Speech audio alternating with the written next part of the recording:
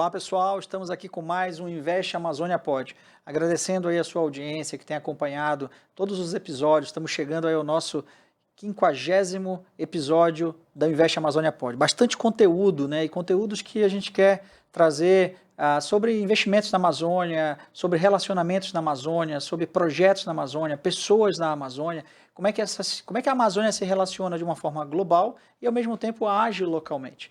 A gente quer passar esse mapeamento e trazer aqui pessoas que promovam essa discussão. Hoje a gente vai falar sobre um tema muito interessante, que é como construir conexões e relacionamentos nos nossos projetos, nas nossas famílias, nos nossos negócios, né, entre todas as oportunidades que a gente tem aqui.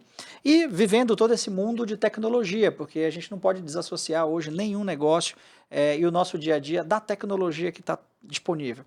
Eu convidei aqui o André Paiva, que é psicólogo cognitivo, comportamental, especialista também em fortalecimento da mente e mudanças nos processos mentais e comportamentos. E também a Priscila Cavalcante. Priscila Cavalcante é uma cearense que está morando aqui em Manaus, tem uma formação evangélica muito forte, ela vai falar um pouquinho dessa formação evangélica, e tem um trabalho aí já feito pela sociedade, com as comunidades, e vamos falar sobre todo esse trabalho, como é que a gente está hoje com a psicologia aplicada a esses nossos negócios, aos nossos projetos. Sejam muito bem-vindos aqui ao nosso Investe Amazônia Pod. Obrigada. Obrigado, Rubem. Boa tarde, bom dia, né? Boa noite a quem estiver assistindo. Oi, Priscila. É uma satisfação estar aqui, poder falar sobre os processos mentais humanos na contemporaneidade, né? Na atualidade, como os humanos estão se relacionando hoje em dia, ainda mais como estávamos comentando ainda há pouco, pós-pandemia, muita coisa mudou e ficou de forma permanente, né? Não estamos conseguindo voltar ao eixo, mas aos poucos vamos aprendendo e nos adaptando a viver essa nova vida, inclusive hiperconectados, né? Verdade. Prazer enorme estar aqui e obrigada pelo convite, né? Esse tema é um tema que eu gosto sim de falar, relacionamentos interpessoais, pessoais, dentro das organizações também é um tema que eu gosto. E é um tema super importante, porque hoje, em tudo que nós vamos fazer, nós precisamos saber nos relacionar. Então, é um tema que eu acho que deveria ser ainda mais falado, né? Se é dentro de uma organização, se é até mesmo dentro dos nossos lares, nós precisamos saber nos relacionar, né? Então, obrigada pelo convite, é uma honra poder participar desse momento, né? Dessa conversa saudável e interessante. Bom, então vamos começar a se relacionar aqui, né? Vamos Vamos. começar a falar. André, você falou um tema muito interessante. Hoje parece que as pessoas não falam mais sobre a pandemia, né? É como se a gente tivesse esquecido um pouco do que a gente passou. E, assim, a gente não vê isso mais nas rodas de conversa, a gente não vê muito mais se falando sobre a pandemia nas rodas também de conversas de negócios, mas aconteceu muita coisa na pandemia, muita coisa mudou. E principalmente com relação às relações humanas, né, aos relacionamentos. E aí eu queria começar por uma questão que foi, na época eu lembro que foi de grande notícia, que é assim, o aumento de divórcios durante a pandemia. E aí eu pergunto, né, se depois dessa onda de divórcios, veio também uma onda de reconciliação? Bom, vamos lá. A pandemia, eu acredito que, pelo menos no meu círculo de convívio de pessoas, a gente ainda fala, né? Ainda se fala sobre a pandemia. Ontem mesmo estávamos falando, né, que aqueles 2 primeiros anos, 2020, 21 e 22, 3 primeiros anos, deveriam não ser contados, porque nós praticamente não vivemos da forma como vivemos, né, normalmente. Até porque foi um período nunca vivenciado pela nossa, né, por esse nosso povo de hoje, né. Então, assim, foi sim um período de divórcio. O interessante é que eu sou evangélica, né? Então, a maior quantidade de registro de divórcio foram de pessoas evangélicas, infelizmente. Mas foi algo assim tão absurdo, né, numa quantidade de de divórcio mesmo, tão absurdo que tiveram ainda, né, os reencontros, né, ou aquelas pessoas que encontraram novos amores no período de pandemia porque estávamos muito conectados, os aplicativos de relacionamento estavam assim bombando e nós nos falávamos através deles, né, completamente isolados. E foi uma quantidade de divórcio tão absurda que essa quantidade de reencontros ou de encontros, né, de novos relacionamentos, de novos até casamentos, ela ficou abafada, completamente abafada, quase não se foi falado. Mas existiu sim, existiu muitas pessoas que há muito tempo não se falavam e através das redes sociais, do tempo livre que tivemos, né, de certa forma, isolados, foram reconectadas. Pessoas com anos, muitos anos, 16 anos que não se falavam, passaram a ter uma conversa, né, virtualmente. E pessoas que começaram uma conversa virtualmente chegaram a casar. Mas isso quase não foi falado. Isso é verdade. Quase não foi falado. É muito interessante, como o André falou ainda há pouco, a nossa mídia, né? Não vou dizer, não, acho que é muito generalizado. Uma parte da mídia, ela está muito focada em falar, em mostrar as coisas não legais que acontecem. As tragédias. As tragédias. As notícias que são impactantes, muitas vezes negativas para o nosso dia a dia.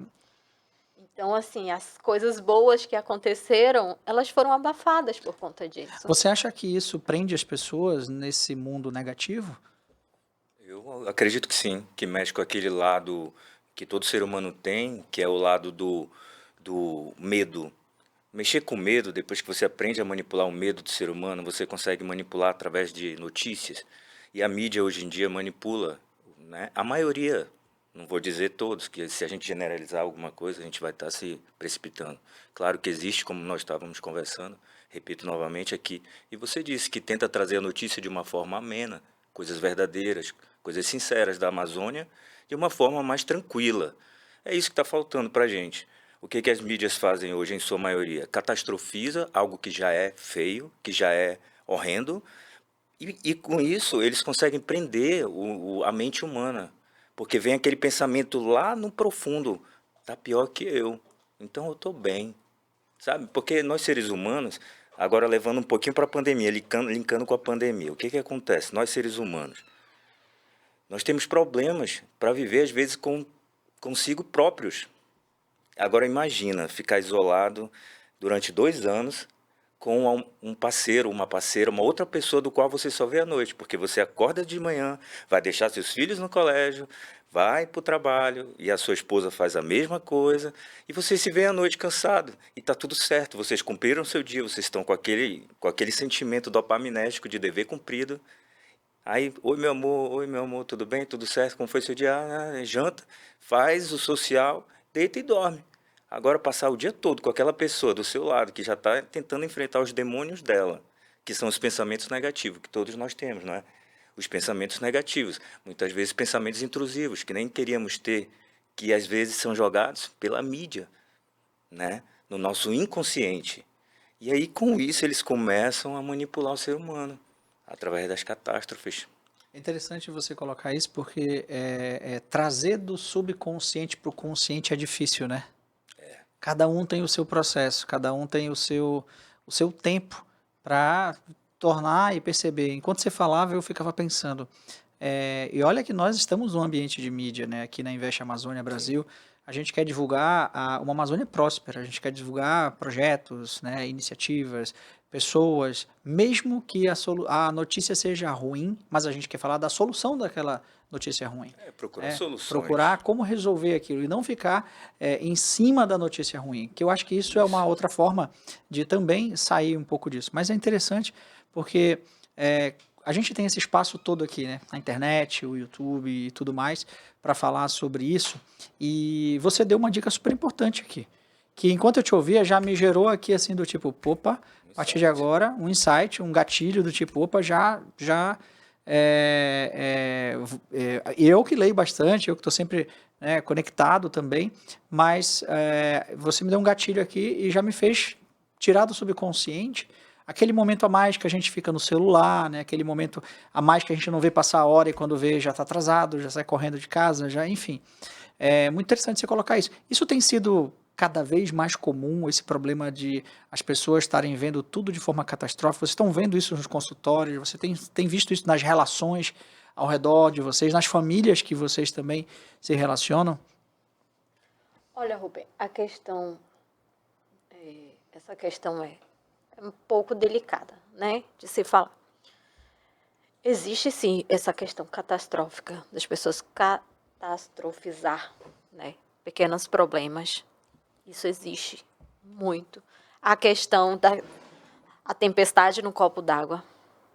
Isso é muito real. Isso é muito real. E pacientes que chegam para a gente com essa situação, a gente trabalha o autoconhecimento, que é muitas vezes o que falta, né? Essas questões de você não saber lidar com o seu parceiro dia a dia, o que houve na pandemia, era uma questão de falta de autoconhecimento. Sabe, as pessoas não se conheciam ao ponto de saber lidar com o outro. E acho que isso que trouxe também muito a questão do divórcio, né?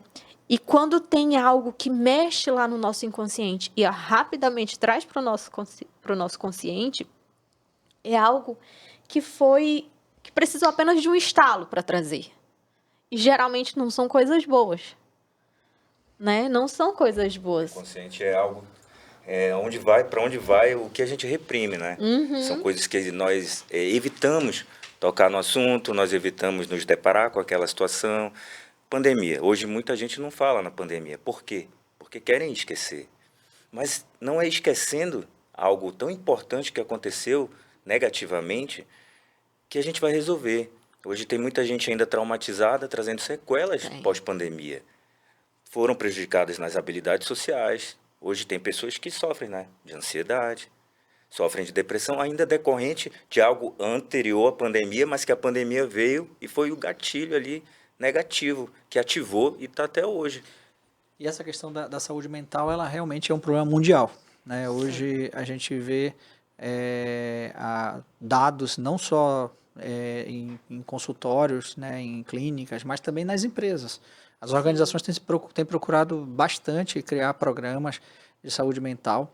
Eu lembro, por exemplo, uma experiência minha, né? Eu era executivo de uma multinacional nessa época e nós tínhamos reuniões de crise, né? Então tinha o comitê de crise para os problemas, vamos dizer assim, o comitê de crise para reter o negócio, minimizar o impacto do negócio, e o comitê de crise para encontrar o caminho para onde o dinheiro está indo.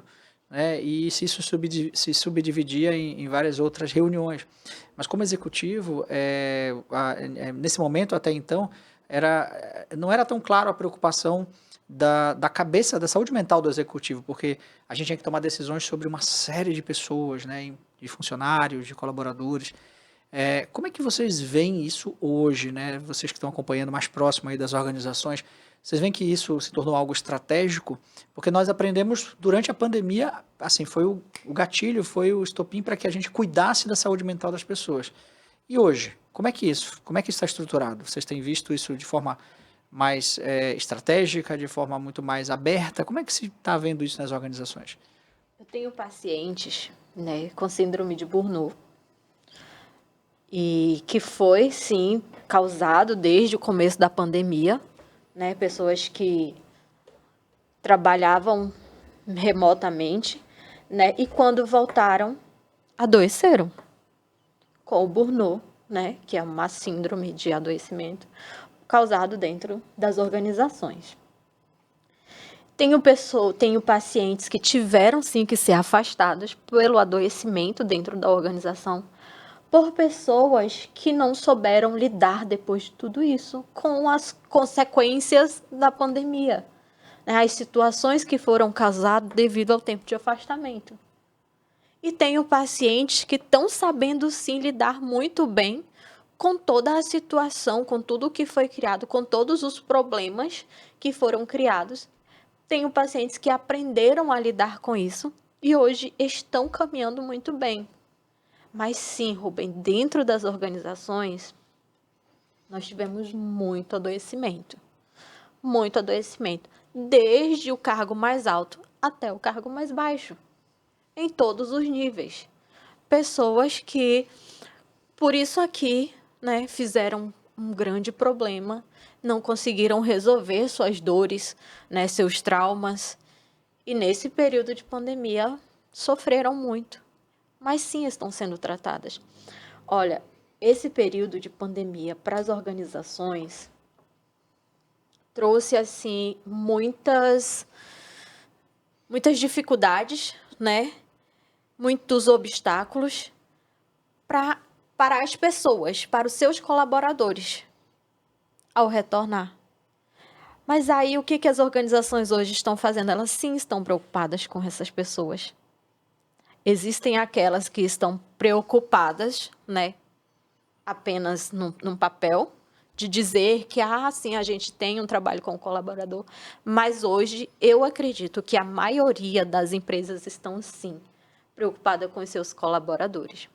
Eu trabalhei numa empresa em 2010, em Fortaleza, que era na Petrobras.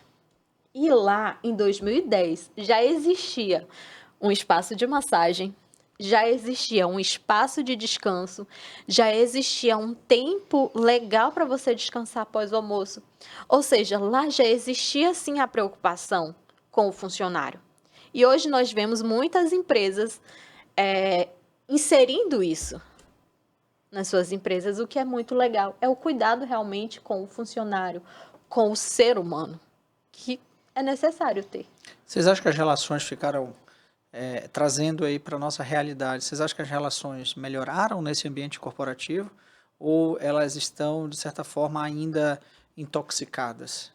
Ainda existe um restício, ou se saltou aí aos olhos mais uma questão que o mundo corporativo, ele, como você falou, né, as empresas se preocupam, investem, a gente vê ações, a gente vê empresas Sim. que são socialmente responsáveis, né, e esse tema agora que se fala muito do mundo ESG, o S, né, esse lado social, é acompanhado por uma governança, né, e a governança tem a ver também com como as pessoas são tratadas dentro da empresa, não apenas números, mas também todos os processos da empresa. Isso, como é que vocês estão vendo hoje as relações, assim, ou que dicas vocês dariam para que, né, a nossa audiência que está assistindo, cultivar relacionamentos bons dentro dessas organizações? Sólidos, né, positivos. Eu posso dar uma dica. Assim, muitas vezes o presidente da organização, ele está preocupado em produzir resultado, o que é natural. Todo mundo quer resultado na sua vida pessoal, no seu negócio. Só que, assim, alguns veem a organização como uma máquina e os seres humanos que ali compõem como engrenagens. Só que essas engrenagens não são de ferro. São pessoas dotadas de subjetividade, de emoções, são pessoas que já vêm trazendo experiências na vida, são pessoas que têm sentimento. Não é como um robô. Tanto é que hoje, né, os robôs estão chegando aí e já é um outro tabu que está sendo quebrado. E assim, se formos para falar sobre isso, até que ponto isso é bom para a sociedade como um todo, né? Mas enfim, voltando à parte da organização, de trabalhar nesse clima organizacional mais positivo, é justamente olhar para o ser humano como humano e tratar cada caso como um caso, criar um setor específico de psicologia para que possa tratar esses colaboradores, para criar um clima organizacional favorável, um operário feliz, vamos dizer entre aspas, feliz, ele produz mais. Então, ele produz mais, automaticamente a organização ganha. Todo mundo caminha junto, rumo ao mesmo objetivo, né? Você acredita aí, uma pergunta talvez mais dentro da área de vocês, né? E que serve para qualquer relacionamento, o julgamento, ele é um problema para se estabelecer uma relação sólida? Depende de quem vem o julgamento, né? É exemplo quem está julgando e como julgou, como se portou ao julgar? Como foi o tom de voz? Foi autoritário? Tentou humilhar, se sobrepor? Né? Tem tudo isso. Por isso que o ser humano é subjetivo e deve ser visto como único. Porque nem eu não vou responder da mesma forma que você, e você nem da mesma forma que eu, mas a gente pode modular e se alinhar para entender a mesma coisa praticamente da mesma maneira. Mas é preciso um trabalho psicológico antes que isso aconteça, para que isso aconteça. E aí a gente começa a entrar em inteligência emocional, né? A gente começa a entrar aqui hoje, né? Você falou dos robôs.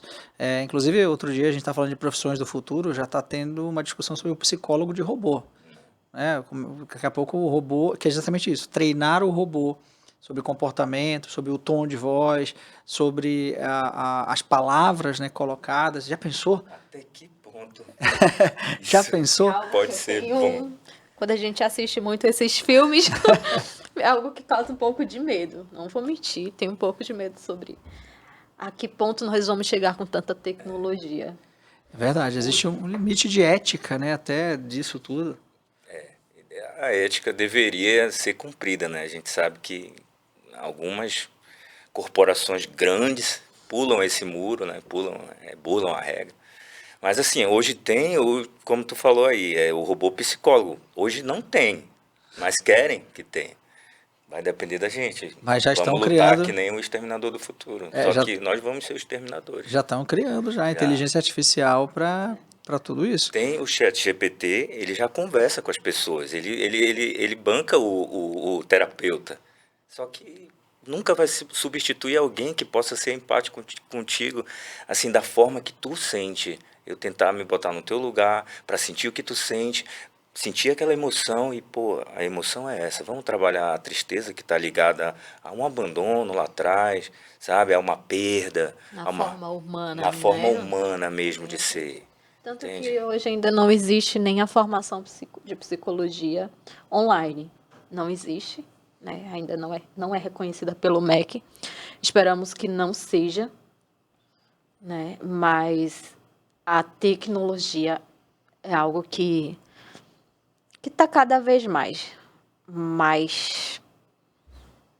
não sei, tão grande, né? Abrangendo todas as áreas, que é algo que eu realmente tenho um pouco de medo, né, do nosso controle humano sobre isso, ou a falta de controle. Uma vez eu participei de uma discussão sobre sociedade 5.0, né, e que falava dessas tecnologias, inteligência artificial e outras tecnologias, e como isso está afetando as relações humanas.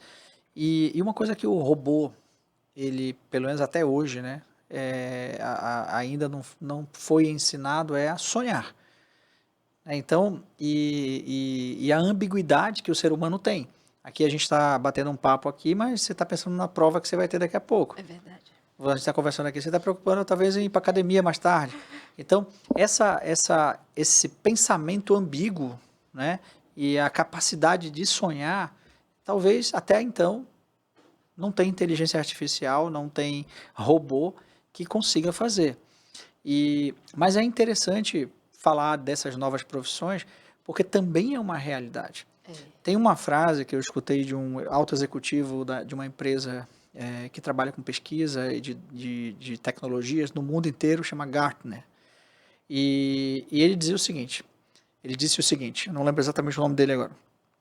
Se uma atividade ela é repetida mais de uma vez, então ela pode ser automatizada. Vou repetir. Se uma atividade pode ser repetida mais de uma vez, ela pode ser automatizada. Olha só, então se todo dia eu tenho que fazer uma planilha e enviar essa planilha para um outro departamento, e todo dia eu faço isso, então essa atividade pode ser robotizada. Então a melhor forma, né, para a nossa audiência que nos assiste é, meu Deus, como é que eu vou ficar menos ansioso e como é que eu vou estar preparado para essas novas profissões, esse novo mundo que está aí? É não parecer com um robô. E aí, como é que eu não pareço com um robô? Faço essa pergunta para vocês aí. Tem a ver com a criatividade, né? Tem a ver com projetos, tem a ver com não ficar fazendo essas coisas repetitivas, realmente agregar valor. Você sente esse tipo de questionamento aí nas consultas que vocês estão estão tendo com as pessoas, a preocupação com o trabalho, eu conseguir um emprego e me pedem cada vez mais algum conhecimento que eu ainda não tenho. Vocês veem essa aceleração no perfil profissional das pessoas? Eu vejo muito isso. Eu sou uma pessoa que gosto, apesar do medo, gosto muito da tecnologia. Eu sempre estou com o celular, com o tablet, com o computador, sempre, muitas vezes os três ligados ao mesmo tempo, às vezes até a TV. Gosto muito de informações, né? Mas essa questão realmente de estar sempre à frente, né? Buscando realmente o conhecimento, é algo sim que também as empresas buscam dos seus colaboradores, né? Até mesmo na questão de investir em treinamentos.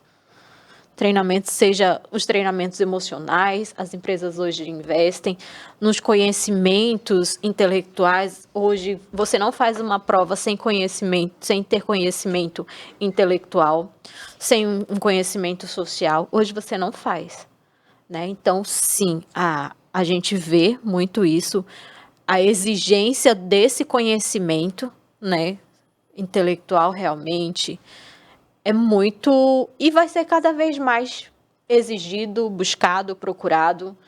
Isso a gente não tem como trazer de volta como era antes, não. O que eu vejo é que, assim, a gente sabe que com essa pandemia, esse período de pandemia, muitas coisas que não iam ser reveladas dentro da tecnologia, não iam ser reveladas nesse período, já foram. Então, eles têm que estar cada vez buscando mais, se atualizando mais, coisas novas precisam vir mais, e isso vai acontecer.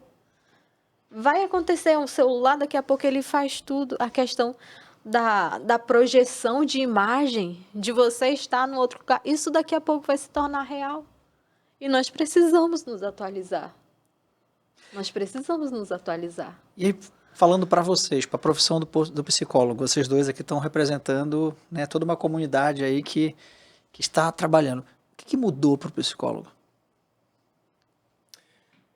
Ainda em relação à tecnologia, nesse ponto que nós já estamos fazendo um prognóstico aqui sobre substituição do ser humano pela mão de obra robótica e tudo, eu ainda não tive problema no consultório em relação a isso. O que eu tenho trabalhado muito nos meus clientes, pacientes, é a intoxicação tecnológica. Ou seja, eu estou aqui no celular quando eu poderia estar com os meus filhos, ou com a minha esposa, ou produzindo algo para o meu trabalho, do qual vai fazer bem para o meu cargo, para me receber uma promoção e me estabilizar, porque todos nós estamos em busca de estabilidade financeira, física, emocional. Só que estão priorizando agora, digamos assim, eu priorizo o meu financeiro e o meu emocional, eu estou deixando para lá. E o que acontece na hora de enfrentar? Porque o que resolve é o enfrentamento, a aceitação e enfrentamento, é a aceitação daquilo que está me incomodando. Qual é o motivo daquela angústia? Qual a natureza daquela aflição que eu sinto?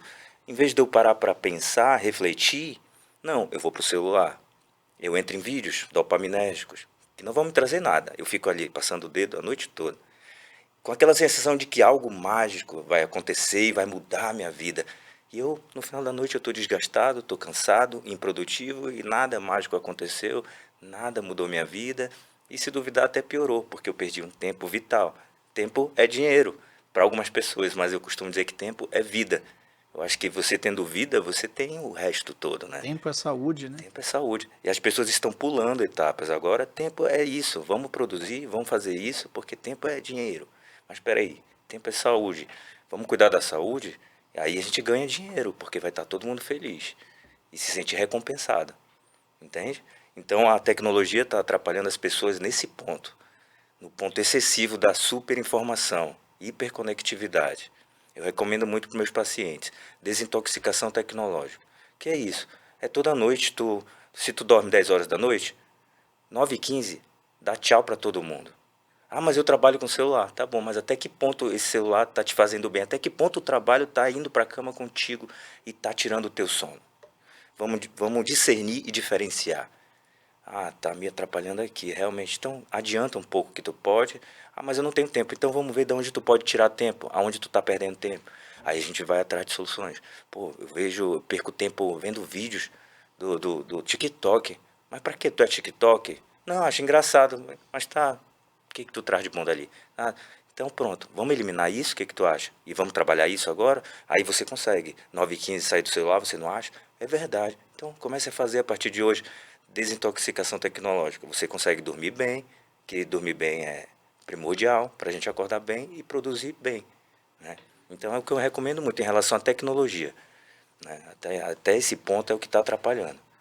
Agora vamos esperar os robôs chegar para a gente ver o que vai fazer. Assim, como o André acabou de falar, né? A tecnologia, ela tem grande impacto na nossa prática psicológica também, né? Bom e ruim, né? Bom é que hoje eu consigo atender pessoas em outros estados, em outras cidades, em horários diferentes, né? Isso foi muito bom.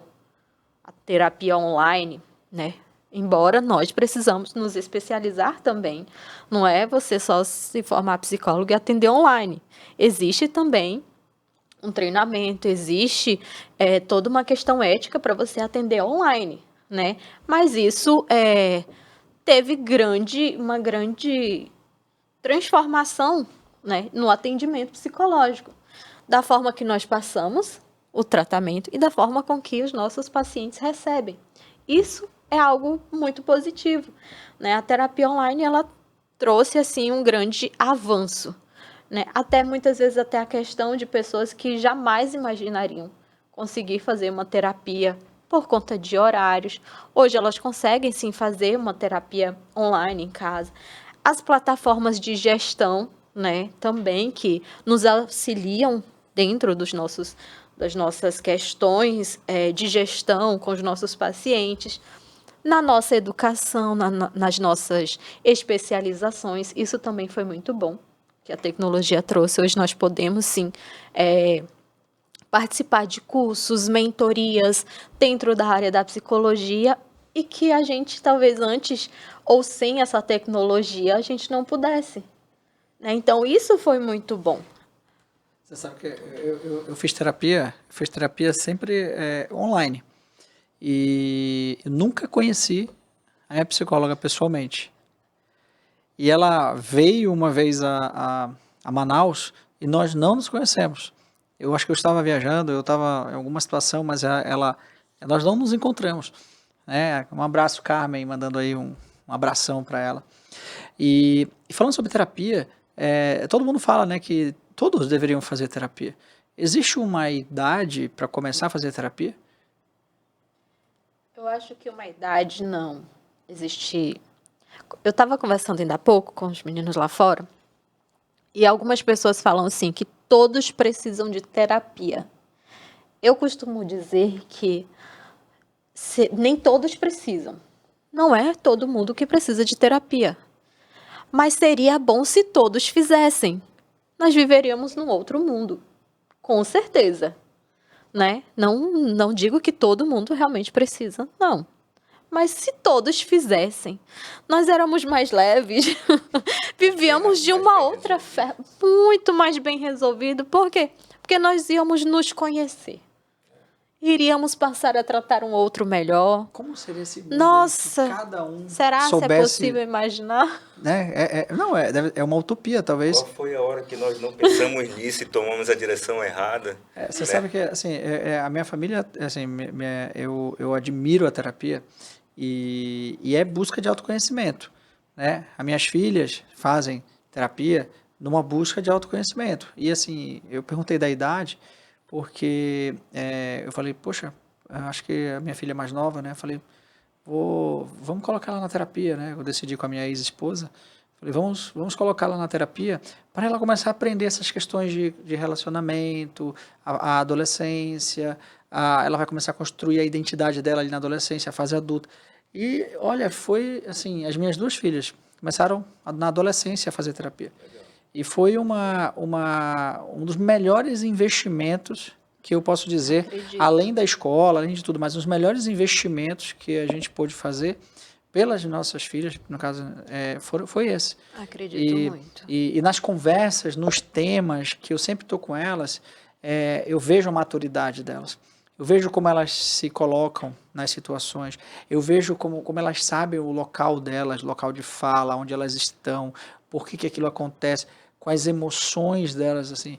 É incrível, assim, vê-las evoluindo, e são ainda muito jovens, né? E hoje, né, nós adultos aqui, a gente reflete. Eu, quando eu fiz terapia, eu fiz já com 40 anos, mais ou menos, foi quando eu fui fazer. Então, olha quantas coisas eu perdi, né, se eu tivesse começado. Então, minha pergunta sobre a idade é até uma dica aqui para os pais, que invistam. Verdade. Invistam na terapia para os seus filhos, né? Eu tenho 2 filhas que até hoje fazem terapia.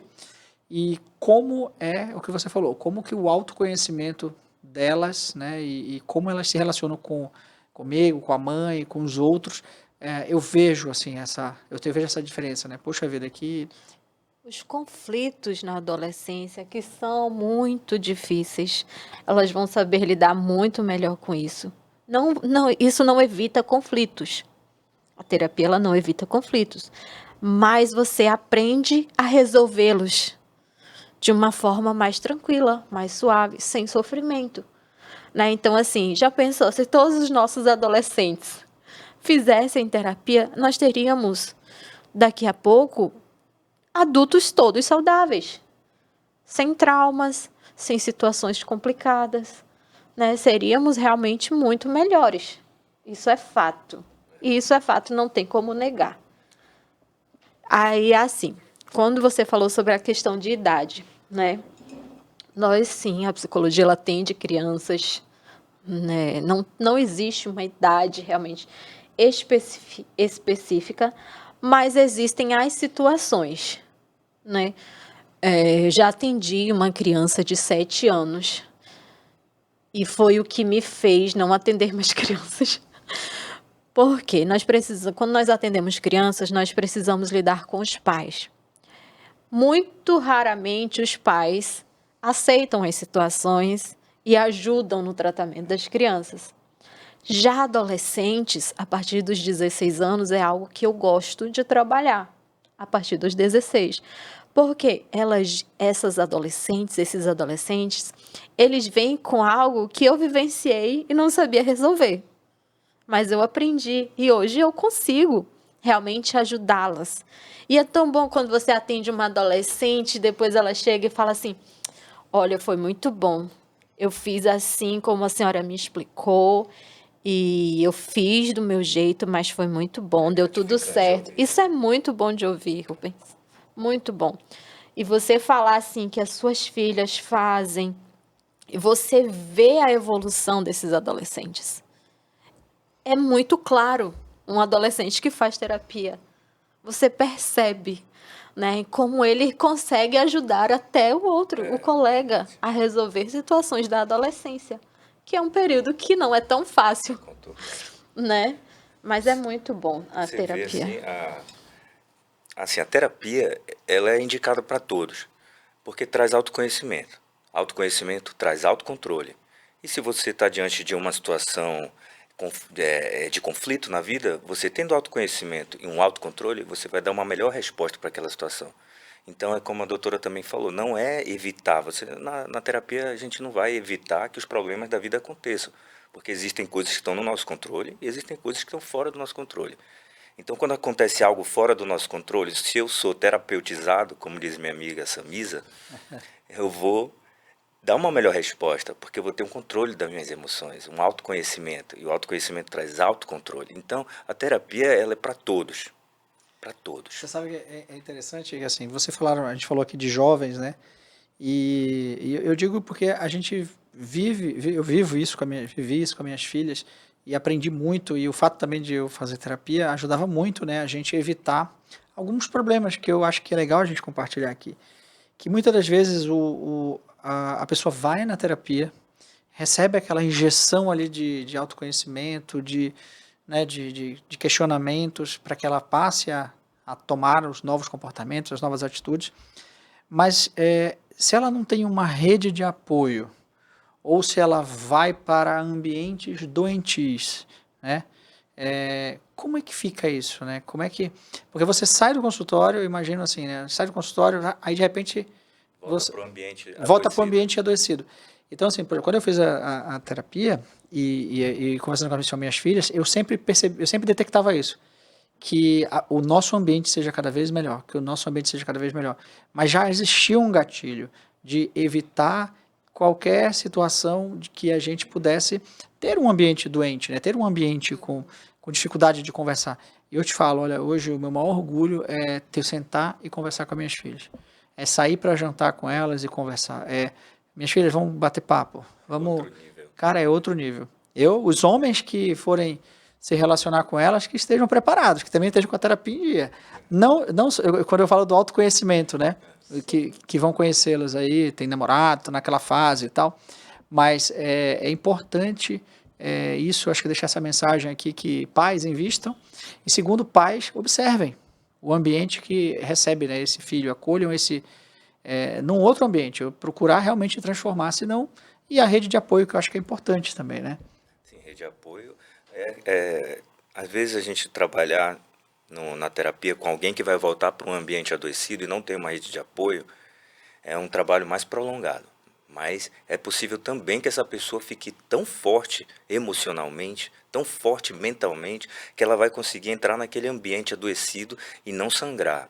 Ela vai conseguir entrar naquele ambiente adoecido e não absorver, e nem levar para as relações sociais, ou seja, no trabalho, ou seja, na escola, entende? Eu tenho uma filha de 12 anos e tenho um filho de 18, e os dois moram comigo, também me separei na pandemia. Eu falei, vão morar comigo.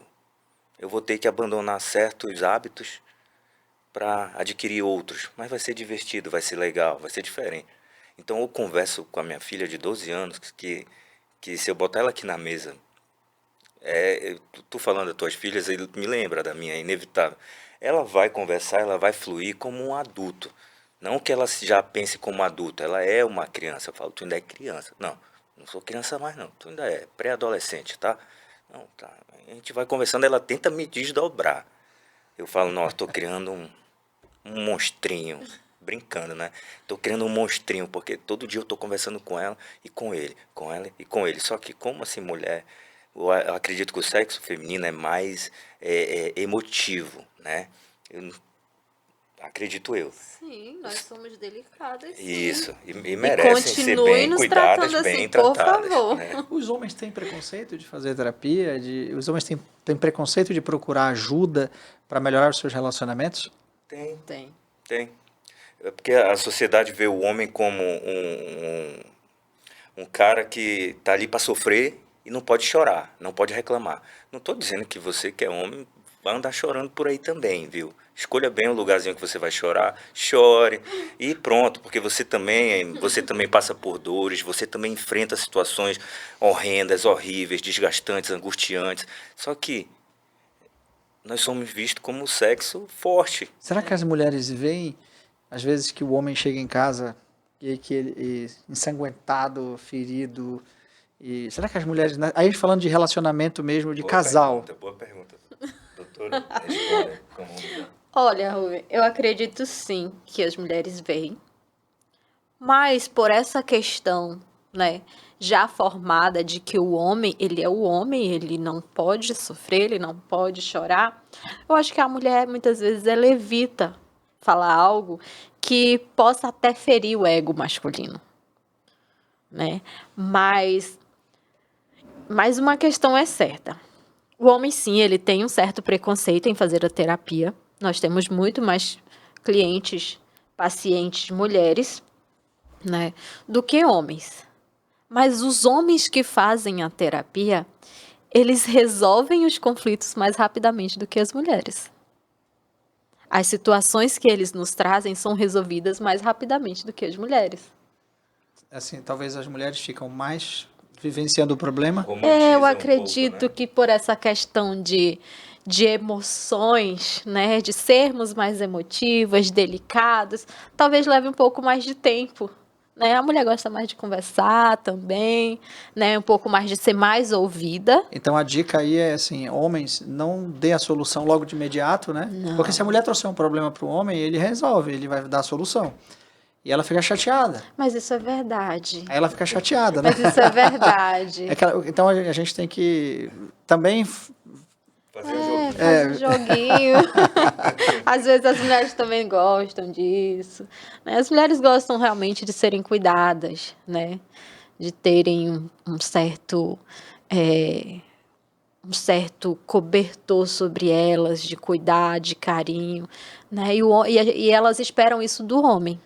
E aí, se a mulher vê que o homem está indo para a terapia, muitas delas, hoje sim, muitas delas gostam disso, fazem questão de trazer o marido, de fazer uma sessão de casal. Isso é muito bom.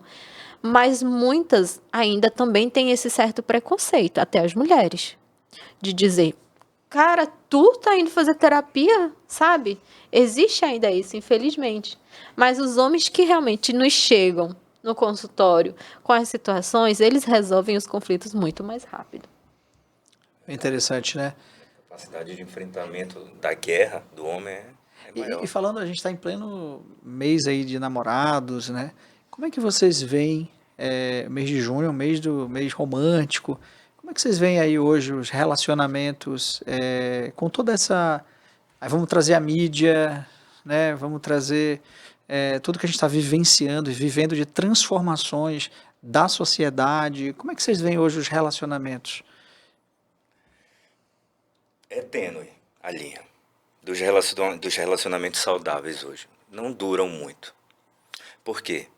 O que acontece? Acontece o trauma, o medo da relação anterior. Um dos dois vem trazendo. Geralmente é a mulher que vem trazendo. E aí ela associa naquela relação atual algo que ela pensava, o jeito que ela agia lá atrás na relação anterior. E isso atrapalha que o relacionamento ande.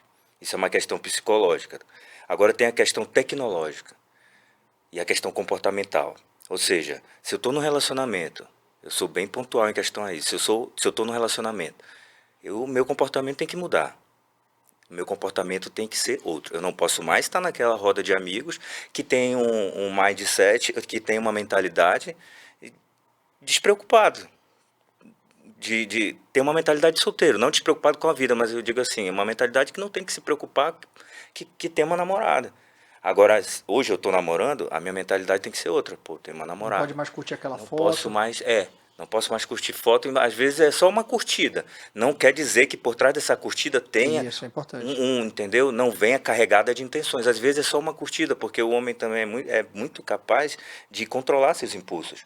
Hoje, mais do que nunca. Por isso, homens, façam terapia, aprendam o autoconhecimento, o autocontrole. Não há nada melhor do que um homem que pondera antes de tomar decisões, que é focado na sua vida, nos seus objetivos, que tem uma mulher que é fiel a ela. Não é bobeira você ser fiel à sua namorada, não é bobeira você largar a rede de amigos que não cooperam com o teu relacionamento, que te fazem convites que vão te tirar do trilho de um relacionamento saudável.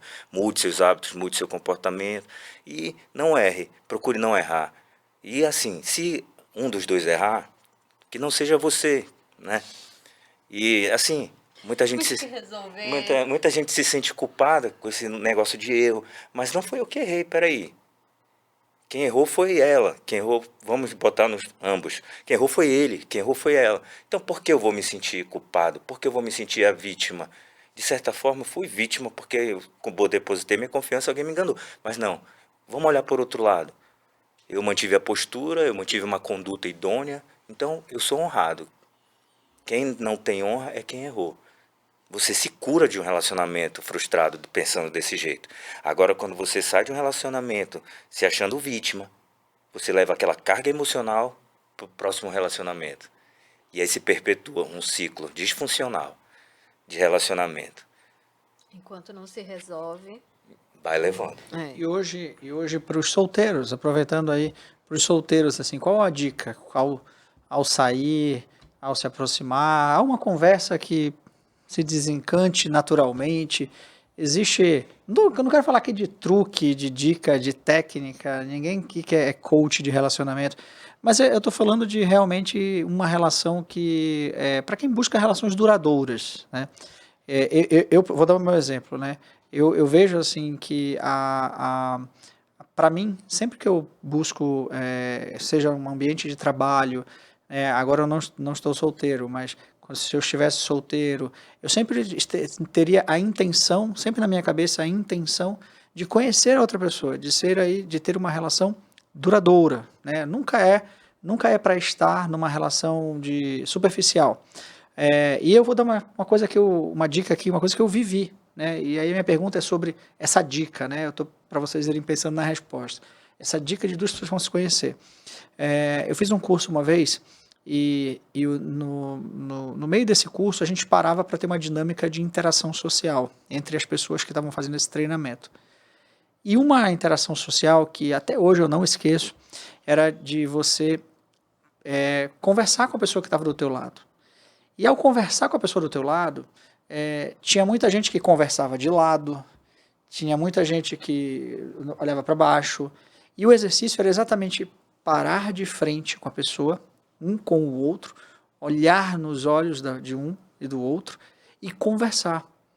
E, cara, como é difícil você parar. Óbvio, hoje é um aprendizado que eu já tenho, então quando eu paro para conversar com alguém, eu olho nos olhos, eu me posiciono na frente da pessoa. Eu não fico de lado, como tipo, já quero ir embora, já quero ir embora. Não, né, tudo bem, olha, vamos conversar e tal e tal. Eu recebi você, né, ali eu e Priscila, tal, daqui a pouco, prazer te conhecer, daqui a pouco vamos conversar, vou fazer isso, mas a gente volta. Mas como que vocês dariam essa dica para as pessoas que hoje vão se conhecer? Porque eu falei de uma coisa postural, eu falei só de uma postura na frente do outro, né? Hoje eu atendo mais, né, casais evangélicos que não me procuram. Mas os que não são, né, ou os que querem realmente conhecer, eu costumo dar dicas de como as mulheres gostam, né, das pessoas. Por quê? Hoje, com toda a tecnologia, com toda a informação, com toda a formação que hoje é possível se ter, as mulheres hoje elas buscam pessoas realmente de conhecimento, educadas. As mulheres não gostam de homens mal educados, homens que falam errado, que usam muita gíria. Hoje as mulheres, com tudo isso que é possível se ter de conhecimento, de educação, né, de realmente do social, as mulheres buscam, e como você falou, buscam algo realmente sério. Porque os relacionamentos, ultimamente, são tão frágeis, né? As pessoas entram no relacionamento e dizem, se não der certo, vai cada um para o seu lado. Mesmo depois de se casarem, a gente vai casar, se não der certo, cada um vai viver sua vida. Ninguém quer mais resolver um conflito a dois. As pessoas não querem isso. Sabe? É tudo muito superficial. São as tentativas. Vamos, se der certo, tudo bem, se não der, a gente vive cada um sua vida. Então, assim, hoje o que se busca, eu acredito que o homem também busca mulheres realmente que trabalham, mulheres que são educadas, que falam corretamente, que buscam realmente crescimento pessoal, profissional, né? Eu acho que é isso. Pelo menos hoje, o meu círculo de pacientes, clientes, são assim. Tem sim pessoas que realmente querem viver sozinhas também. Que estão super bem sozinhos, que gostam de viver, que já se acostumaram e estão bem assim. Né? Mas A solitude também é a muito... solitude, diferente da solidão, né? Aprenderam a gostar da sua própria companhia. E estão muito bem assim. Mas para quem realmente quer, né, entrar num novo relacionamento, seja com um homem, com uma mulher, realmente seja o melhor que você puder ser com o outro. Exatamente. Trate bem, seja educado, cordial, sabe? Busque crescimento próprio também. Crescimento pessoal, busque crescimento intelectual, profissional. Hoje ninguém quer mais. E André, eu queria ouvir a tua opinião como homem, né, como psicólogo. Eu vou agregar o que tu disse, Rubens, e vou agregar o que a Priscila falou. Porque é questão de postura, e questão de conduta, né? E acaba dando no mesmo. Ou seja, se eu sou solteiro, eu quero alguém que seja significativamente boa na minha vida, uma mulher que vá efetivamente somar comigo. Exatamente. Eu tenho que cuidar de mim, Primeiramente. eu tenho que ser bem resolvido com as minhas emoções, eu não posso correr pro bar todo final de semana, viver de bar em bar, porque isso me atrapalha de pensar, me atrapalha de me desenvolver psicologicamente, cognitivamente, emocionalmente, atrapalha o autoconhecimento. Eu tenho que trabalhar a minha imagem, a minha conduta, e não ficar procurando, porque eu costumo dizer que quem procura não acha, nesses casos de amor. Claro que existem as exceções, óbvio, mas eu digo, se cuide, cuide da sua mente, cuide do seu espírito, cuide dos seus negócios e adote uma postura, uma conduta, desenvolva virtudes, que você vai atrair alguém parecido, uma mulher que vai notar em você de longe. As mulheres, elas têm uma visão quilométrica, Além do alcance. além do alcance. Elas percebem um homem diferenciado, trabalhado, bem resolvido, rápido. Vai contar todos os nossos segredos É também, verdade? André, É por verdade? favor, né? Você Nós sabe o que é temos. interessante? O professor José Humberto, que eu não sei se vocês o conhecem, que é também um doutor na área de psicologia, ele esteve conosco há um tempo atrás, a gente estava falando sobre saúde mental, espiritualidade, trouxemos um padre, o padre Charles Cunha também, nesse momento, e a gente falou sobre, estava falando sobre relacionamento e me lembrou agora aqui, me lembrei da frase que ele disse o seguinte: seja interessante. Um homem, uma mulher interessante, acabou. Acabou. Isso não tem a ver com buscar, né? Tem a ver com você. Com você. Então, se você é interessante, se você cuida da sua saúde, se você é uma pessoa estudiosa, se você é trabalhador, se você é leal às pessoas, se você é leal aos seus princípios, e tudo isso fala de você. Você é interessante. E eu acredito muito, eu acho que essas dicas aí que vocês estão dando, e eu concordo que hoje em dia, essa conversa que a gente está tendo aqui, em algumas rodas, ou dependendo das gerações que a gente tem essa conversa, isso pode gerar muito conflito.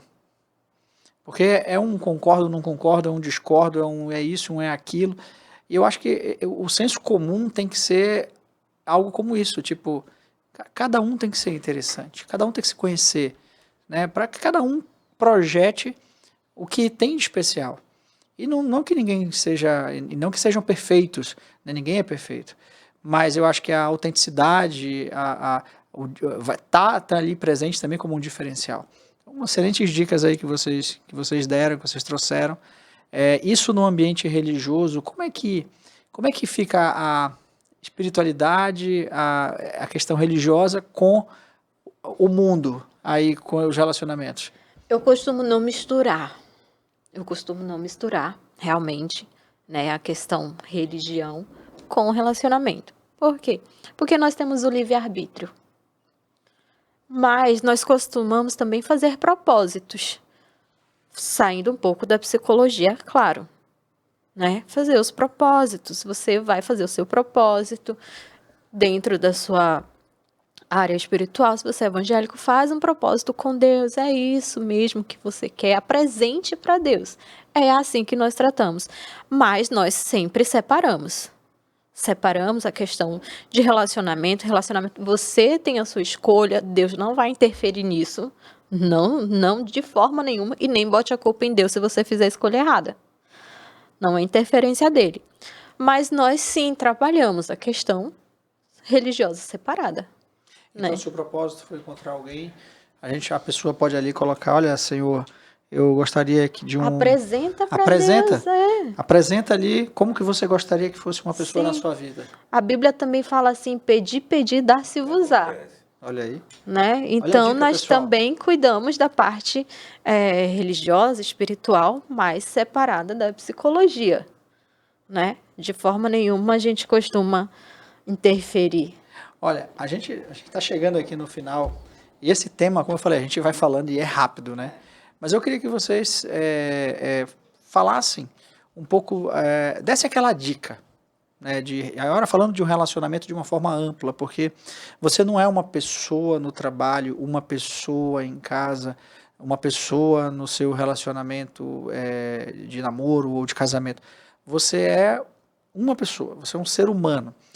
Que dica, né, dentre essas várias coisas que nós falamos, qual mensagem você deixaria aqui hoje para que as pessoas mantenham os seus relacionamentos, trabalhem os seus relacionamentos e que eles sejam saudáveis? E com isso a gente possa ter um ambiente também saudável.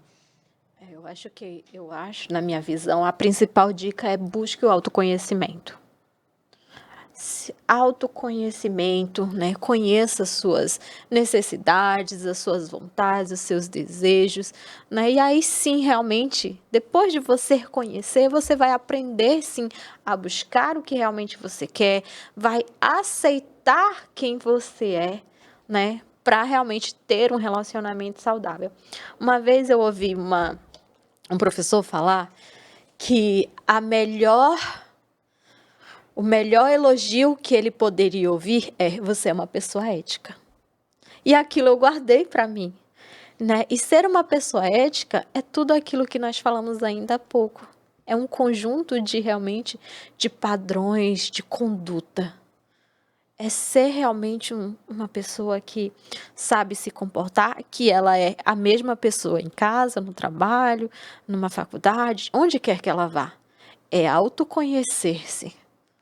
Né? Então, para mim, eu acho que buscar o autoconhecimento é a melhor forma, realmente, e a mais saudável de entrar num relacionamento. Seja ele de trabalho, seja ele um relacionamento pessoal, realmente para a vida toda, aquele de casamento, eu acho que é isso. Bem, autoconhecimento, autocontrole e desapego. Mas o desapego é uma linha tênue. Por quê? Ser desapegado não quer dizer que eu não ligue. Não ligue para quem está comigo, não quer dizer que eu não ligue para as pessoas, não quer dizer que as situações não possam me afetar. Quer dizer que eu sei o que pode realmente pertencer a mim, o que pertence a mim. Ou seja, muitas vezes eu levo pensamentos que estão fora do meu controle.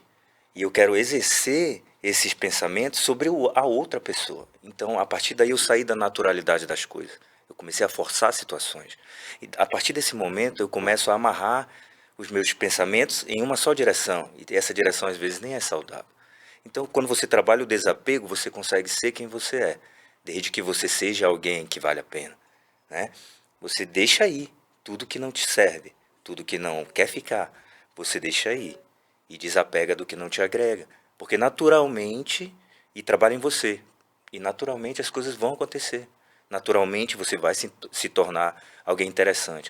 Eu tenho um que eu levo comigo, uma máxima que, se eu não me engano, é de Epicteto. Tem várias máximas. E de Jesus, então, bate e encontrará, busque e achará, ligue no céu e vai ligue na terra e vai ligar no céu. Eu já correlaciono tudo que eu ligar no céu vai ser ligado na terra, ou seja, o meu corpo é a terra, o céu é a minha mente, onde habita Deus, o meu corpo é um representante de Jesus, e Jesus foi o cara que deixou o ensinamento para a gente, uma grande sabedoria. Mas eu levo uma máxima que diz assim: o homem é tanto a pedra bruta quanto o escultor. Ou seja, eu sou o mestre do meu destino. Está na mão de Jesus, eu também sou cristão. Está na mão de Jesus, está na mão de Deus, mas Ele deu livre-arbítrio para eu construir as minhas relações, para eu caminhar. Eu vou resumir aqui com duas perguntas. Uma para cada um. Amar é uma escolha? Amar é uma escolha todo dia, diariamente. Quem ama, deixa aí? Quem ama, deixa aí. Pessoal, ó, bate-papo incrível aqui com a Priscila, com o André. A gente vai agradecendo aqui a participação de vocês, né? Deixa aqui a mensagem de agradecimento aqui com a audiência, por favor. Foi uma honra participar, amei a conversa, conhecê-los. Muito obrigada pelo convite, Rubens. E até breve. Até breve. Até breve. Eu também gostei, foi fluido. É legal quando flui, quando não tem nada automático. Eu sou super fã de tudo que flui. Porque se flui, está fluindo, é verdadeiro. E se é verdadeiro, pode ser bom ou ruim. Se é ruim, eu saio. Se é bom, eu fico. Entende? Você ficou até o final. Eu fiquei até o final. Então, estamos aqui. Satisfação em conhecer você. Satisfação em conhecer você também. E estamos aí para ajudar e a quem precisa. E você que precisa, procure, que você vai encontrar. Hoje a terapia é uma chave que é necessária para virar muitas questões da nossa cabeça mal resolvidas. Então faça terapia, não importa se você é mulher, homem, não importa o gênero, não importa se é A, B ou C. Se você puder, faça terapia que você vai ser uma pessoa que vai brilhar demais. Então fico grato. E se der, me sigam nas minhas redes sociais, que é André.Paiva Psicologia, no Instagram. Lá eu estou postando a minha rotina, posto trabalho, posto vídeo motivacional, eu estou sempre dando uma orientação também. Lá eu tenho clientes, pacientes. Lá eu sou bem eu. É o que eu procuro ser. Eu não crio 2 perfis. Eu tenho um único perfil para a pessoa ir lá no final e ver da onde eu vim, como eu cheguei, entendeu? Quem eu me tornei, para a pessoa ver que é capaz também para ela, é possível também, para todos nós. Quem busca, encontra. Perfeito. Pessoal, olha, fica a dica, sigam também aí a Investe Amazônia Brasil em todas as suas redes sociais, e a gente quer agradecer a quem está nos apoiando também para executar aqui a própria a Investe Amazônia, o Instituto Inspire Amazônia e também a R. Chaves Engenharia e a Coara Energy. São os apoiadores, assim como todos os outros apoiadores aí que estão conosco e que estão identificando pessoas, projetos, iniciativas para virem aqui no canal da Investe Amazônia Brasil, aqui com o nosso Investe Amazônia Pod, e trazer 2 personalidades como essa aqui. Eu agradeço, também tenho gratidão, aprendi muito aqui nessa conversa e até breve. Até breve. Tchau, tchau.